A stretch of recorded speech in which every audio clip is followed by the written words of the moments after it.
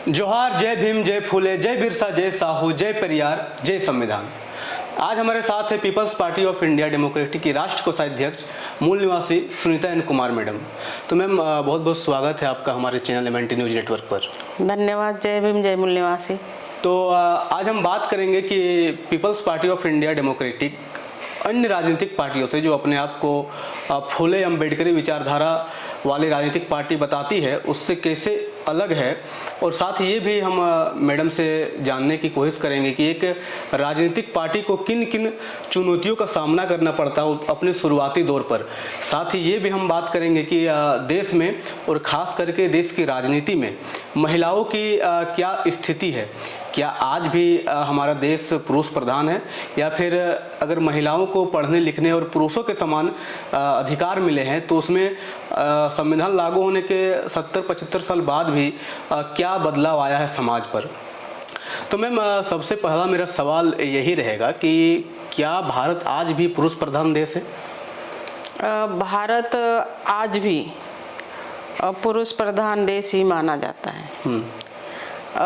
क्योंकि अगर हम देखेंगे समाज जीवन में तो यहाँ कई भारत रहते हैं, एक भारत में कई भारत हैं। जैसे कि आप देखेंगे तो साउथ इंडिया जो है वहाँ का महिला एजुकेशन अलग तरह का है। वहाँ 98% महिला इंडिपेंडेंट है और वह 100% एजुकेशन है। और आप उत्तर भारत को देखेंगे या शहरों को देखेंगे तो वहाँ की महिला का स्टेटस अलग है। आप पूर्वी भारत को देखेंगे तो वहाँ का स्टेटस देखिए। तो सब जगह का एजुकेशन लेवल अलग अलग है। जहाँ एजुकेशन लेवल हाई हुआ है तो वहाँ कुछ समानताएं आई है, लेकिन पूरी तरह महिला आज़ाद है ऐसा नहीं कहा जा सकता। मान लो कि हम अगर महिलाओं की बात करेंगे तो कई क्षेत्र में महिलाएं बहुत आगे बढ़ी है, और बढ़ने के साथ साथ उनके साथ जो समस्याएं आई है, घर बार और पति और ये सब, तो कुछ ही महिला इस मानसिक गुलामी से आज़ाद हो पाई है, या अपने पति की जो सोच साथ में जन्म लेके महिलाओं को जो बनाया जाता है कि सोसाइटी में जो महिला है वो खुद नहीं बनती। अपने मानसिक गुलामी की बात की तो भारत की महिलाएं क्या आज भी उनके दिमाग में यही बैठा हुआ है कि हमको चार दीवारी के अंदर बस चूल्हा चौकी या फिर मेरा इतना ही काम है कि हमको अपने परिवार के लिए खाना बनाना है? ये तो आप मान सकते कि 80% महिला ऐसा मानती है कि वो खाना बनाने के लिए ही बनी है, बच्चे पैदा करने के लिए बनी है, या घर संभालने के लिए बनी है, और चार दीवारी में रह के ही उनका दिन चार दीवारी में शुरू होगा और चार दीवारी में ही खत्म होगा। ऐसे कुछ महिला है, लेकिन हाँ कुछ महत्वाकांक्षी महिलाएं भी है हमारे देश में। तो उनकी संख्या मतलब अलग अलग अनुपात में है। मान लो कि जो समाज जीवन में जो लोग उच्च स्थान पर है उनकी महिला सभी जगह उच्च स्थान पर है। समाज जीवन में निचले स्तर पर जो महिला है उनका जीवन शैक्षणिक सामाजिक वो भी निचले स्थान पर है। तो एक शिक्षा इसमें बहुत बड़ा मायने रखता है कि अगर कोई महिला अगर शिक्षित हुई तो फिर वो चार दीवारी से बाहर निकलने की वो सोचेगी। क्या इस बात पे आप सहमत हैं? बिल्कुल मैं सहमत हूँ। शिक्षा के साथ उसके राइट्स उसे पता होने चाहिए कि उसके क्या राइट्स है एज अ ह्यूमन।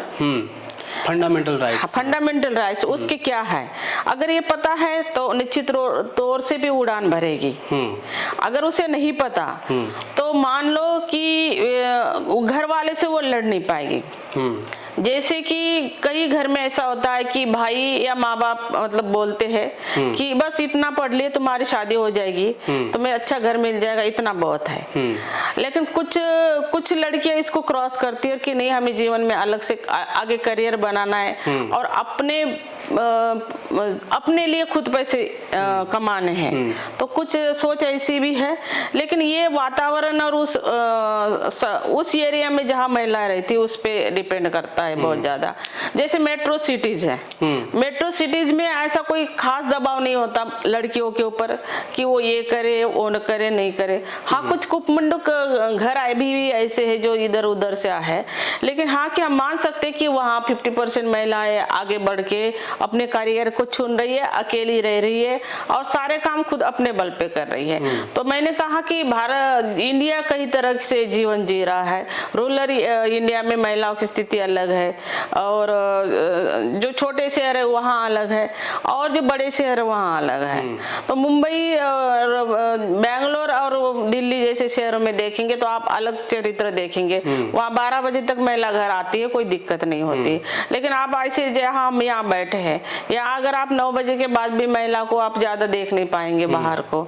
और अगर महिला बाहर है तो पति उसका कोई साथ होगा। तो ये अलग अलग इसकी अलग अलग स्थिति है।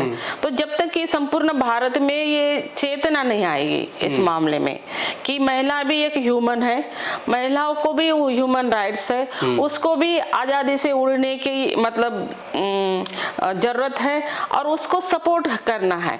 जितना दबाव समाज ने उसके ऊपर डाला है, अगर समाज और घर के लोग अगर सपोर्ट करते हैं तो निश्चित तौर से जहां लड़कियां मतलब अब महाराष्ट्र जैसे कुछ स्टेट ऐसे है जहां लड़कों से ज्यादा लड़कियां पढ़ लिखी और कामयाबी भी है।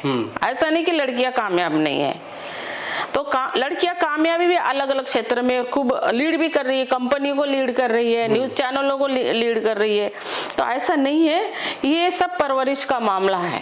अगर ऐसा जो सपोर्टिव पेरेंट्स सपोर्टिव ससुराल भी मिल जाए तो हमने ये देखा कि ससुराल में भी लड़कियों ने ठीक सपोर्ट करता है तो वो आगे बढ़ी है। मतलब अब देखेंगे कई न्यूज में आते हैं कि भाई शादी के बाद भी IAS PCS लड़कियां मतलब लेडीज बनी है, टीचर्स बनी है, प्रोफेसर बनी है, डॉक्टर बनी है, ऐसा भी है। तो ये माहौल के ऊपर है कि समाज कितना उसको दबा देना चाहता है और कितना उसको खुला छोड़ना चाहता है। मैम आप खुद जो है महिलाओं के लिए प्रेरणा है, क्योंकि आप भी एक महिला है और Peoples Party of India Democratic जैसे पार्टी के राष्ट्रीय कोषाध्यक्ष है। तो आप स्वयं एक जो है प्रेरणा है हमारे मूल निवासी बहुजन समाज की महिलाओं के लिए। MNT न्यूज नेटवर्क को सब्सक्राइब करें, लाइक और फॉलो करना ना भूलें। साथ ही बेल आइकॉन दबाकर जन जागृति की मुहिम में जुड़े रहें।